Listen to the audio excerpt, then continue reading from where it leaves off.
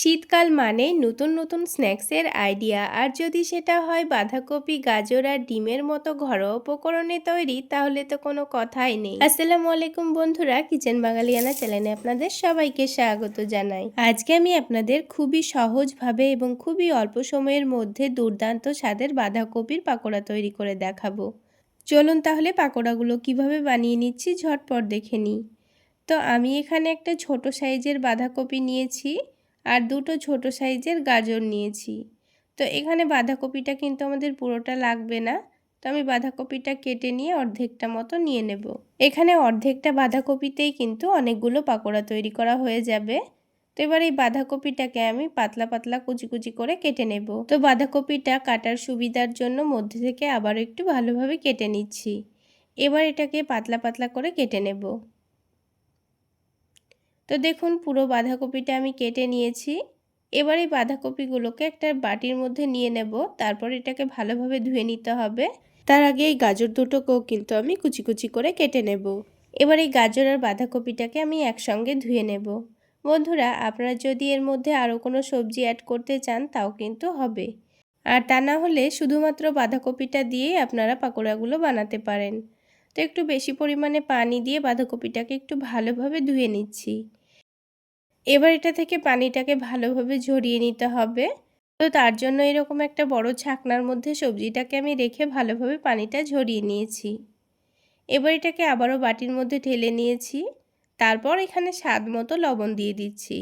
লবণটা দিয়ে প্রথমে সবজিটাকে হাত দিয়ে একটু ভালোভাবে মথলে নিতে হবে। বাঁধাকপিটাকে প্রথমেই লবণ দিয়ে এভাবে মাখিয়ে নিলে দেখবেন বাঁধাকপিটা কিন্তু অনেকটাই নরম হয়ে যাবে। তো দেখুন বাঁধাকপিটা মেখে নেওয়া হয়ে গেছে। এবার এখানে 3টা মিডিয়াম সাইজের পেঁয়াজ কুচি করে দিয়ে দিয়েছি। তার সাথে ঝালের জন্য কাঁচামরিচ কুচি দিয়ে দিয়েছি। এবার এখানে কিছু গুঁড়ো মশলা দিয়ে দেব, যেমন দিয়ে দিচ্ছি ভাজা জিরা গুঁড়ো 1/2 টেবিল চামচ, আর দিয়ে দিচ্ছি 1/2 টেবিল চামচ মতো ধনে গুঁড়ো। তারপর অল্প করে একটু মরিচের গুঁড়োও দিয়ে দিচ্ছি। তবে আপনারা চাইলে মরিচের গুঁড়োটা বাদ দিতেও পারেন, যেহেতু আমি এখানে কাঁচামরিচ দিয়েছি। এবার পাকোড়াগুলোর টেস্টটা বাড়িয়ে নেওয়ার জন্য 1/2 টেবিল চামচ মতো চাট মশলা দিয়ে দিয়েছি। তার সাথে 1/2 টেবিল চামচ মতো দিয়ে দিচ্ছি আদা রসুন বাটা, আর দিয়ে দিচ্ছি ধনেপাতার চাটনি। হাতের কাছে ফ্রেশ ধনেপাতা থাকলে সেটাও কুচি করে দিতে পারেন। এবার সব কিছু ভালোভাবে মেখে নিতে হবে। তো কিছুক্ষণ মশলাগুলোকে ভালোভাবে সবজির সঙ্গে মিশিয়ে নিয়েছি। মশলাটা কিন্তু পুরোপুরি সবজির সঙ্গে মেশানো হয়ে গেছে। এবার এখানে আমি দিয়ে দেব মসুর ডাল। এখানে আমি 1/4 কাপ মসুর ডাল ভিজিয়ে রেখেছিলাম, আর সেটা কিন্তু এখন ভিজে ফুলে গিয়ে 1/2 কাপ পরিমাণ হয়ে গেছে। তো এখানে খুব বেশি মসুর ডাল দেওয়ার দরকার নেই, এইটুকু দিলেই যথেষ্ট। তারপর দিয়ে দিচ্ছি চালের গুঁড়ো। তো 1/2 কাপের থেকে একটু কম আমি চালের গুঁড়োটা নিয়ে নিয়েছি। তবে আপনারা চাইলে চালের গুঁড়োর পরিবর্তে কর্নফ্লাওয়ার কিংবা বেসনও নিতে পারেন। এবার এখানে একটা ডিম ভেঙে দিয়ে দেব। বন্ধুরা, এই পাকোড়ার মধ্যে মসুর ডাল আর চালের গুঁড়োটা ব্যবহার করার চেষ্টা করবেন, তাহলে দেখবেন পাকোড়াগুলো ঠান্ডা হয়ে যাওয়ার পরেও কিন্তু অনেকক্ষণ পর্যন্ত মুচমুচে থাকবে। তো দেখুন সব কিছু ভালোভাবে কিন্তু মাখিয়ে নিচ্ছি। তো সব কিছু ভালোভাবে মাখিয়ে নেওয়া হয়ে গেলে সবশেষে এবার এখানে আমি দিয়ে দেব 2 টেবিল চামচ পরিমাণ কর্নফ্লাওয়ার।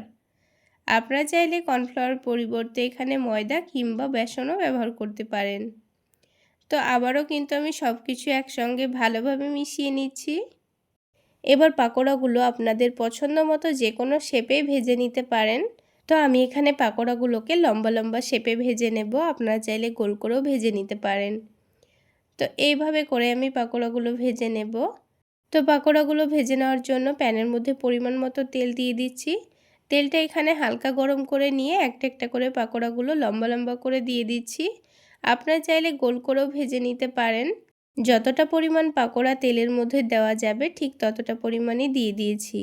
আর নিচের দিকে হালকা একটু কালার আসলে পাকোড়াগুলোকে উল্টে দিচ্ছি। আর এই পাকোড়াগুলো একটু সময় নিয়ে ভেজে নেওয়ার চেষ্টা করবেন, তাহলে পাকোড়াগুলো কিন্তু অনেকটা মুচমুচে তৈরি হবে। তাহলে বন্ধুরা, শীতের এই টাটকা বাঁধাকপি দিয়ে আপনারা এইভাবে মুচমুচে পাকোড়া বানিয়ে খেতে পারবেন। বাঁধাকপি শুধু সবজি নয়, এভাবে পাকোড়া বানিয়ে খেতেও কিন্তু দুর্দান্ত লাগে। আমার রেসিপি ফলো করে পাকোড়াগুলো বানিয়ে একবার খেয়ে দেখবেন একবার খেলে আবার খেতে ইচ্ছে করছে।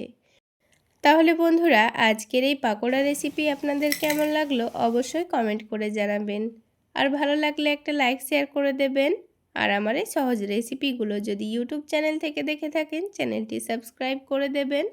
আর ফেসবুক পেজ থেকে দেখে থাকলে পেজটি ফলো করে দেবেন। তাহলে বন্ধুরা, সবগুলো পাকোড়া কিন্তু আমি ভেজে নিয়েছি। আর একটা ভেঙেও দেখিয়ে দিচ্ছি, দেখুন যেমন মুচমুচে হয়েছে, ভেতরের সবজিগুলো কিন্তু খুব সুন্দর সেদ্ধ হয়েছে। এবার এটাকে টমেটো সসের সঙ্গে পরিবেশন করে নিচ্ছি। তাহলে বন্ধুরা, আজকে এই পর্যন্তই। সকলে অনেক বেশি ভালো থাকবেন, সুস্থ থাকবেন। দেখা হচ্ছে আবার একটি নতুন রেসিপি নিয়ে নেক্সট এপিসোডে।